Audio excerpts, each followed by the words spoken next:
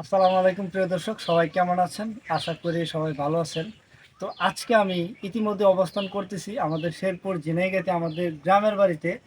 So গ্রামের বাড়িতে আইসা কিন্তু দেখতেছেন আমি কোথায় বসে রয়েছি। অলরেডি ভুট্টার উপরে বসে রয়েছি, দেখছেন। আজকে আমরা কিন্তু সকাল 5টা বাজে উঠে অনেক ভুট্টাই আমরা মানে দানাগুলো বের করলাম। আপনাদেরকে আমি একটু দেখাচ্ছি ভুট্টাগুলা। এই যে দেখেন, এই জায়গায় কিন্তু অনেক ভুট্টা। তো চাইলে কিন্তু নিতে পারেন আমাদের এখান থেকে ভুট্টা। আর এখানে ভালো করে একটু দেখাও।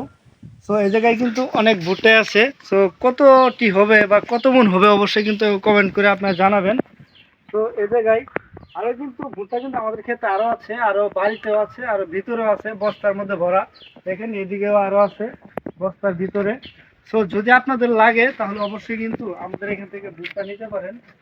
তো আজকে সারাদিন সারাদিন আমরা ভুট্টার কাজই করবো।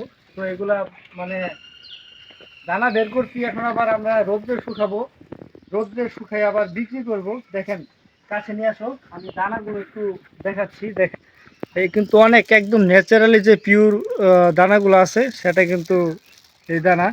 আর যারা যারা আমি বলি, যারা যারা ভুট্টা নিতে চান তারা কিন্তু অবশ্যই আমার ইনবক্সে মেসেজ দিবেন।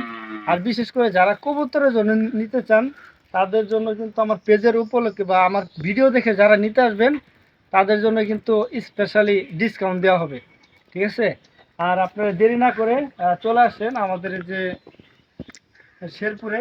আর শেরপুরে কিন্তু প্রচুর পরিমাণের ভুট্টা চাষ করা হয়। আগে হয়তো বা এরকম ছিল না, এখন কিন্তু প্রত্যেক প্রত্যেকটা কৃষকরা এখন ভুট্টা চাষ করে।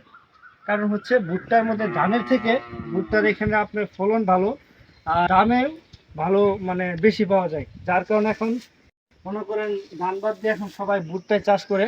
তো এদিকে একটু দেখাও।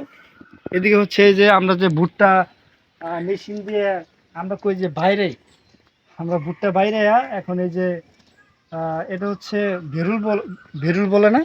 হ্যাঁ, হ্যাঁ, এটা বেরুল বলে। আচ্ছা, এটা ভেরুল বলে। তো এগুলো আলাদা করা হয়েছে মেশিন দিয়া, দেখেন। আর প্রিয় দর্শক, আপনারা চাইলে কিন্তু এগুলো নিতে পারেন। তো আজকে ভিডিওটা এখানে শেষ করছি। সবাই ভালো থাকবেন, সুস্থ থাকবেন। আসসালামু আলাইকুম।